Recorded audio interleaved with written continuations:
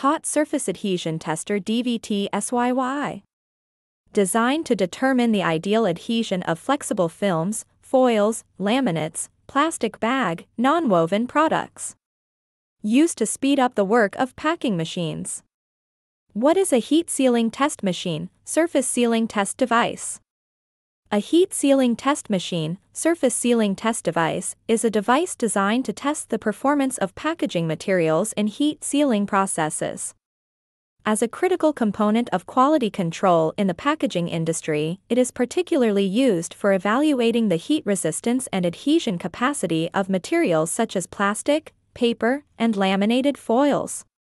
When operated with the correct parameters, these machines determine whether the packaging meets expectations in terms of seal integrity, durability, and reliability. Ultimately, this ensures safer and higher quality products for consumers. For more information about technical details and standards, please visit www.devitrans.com.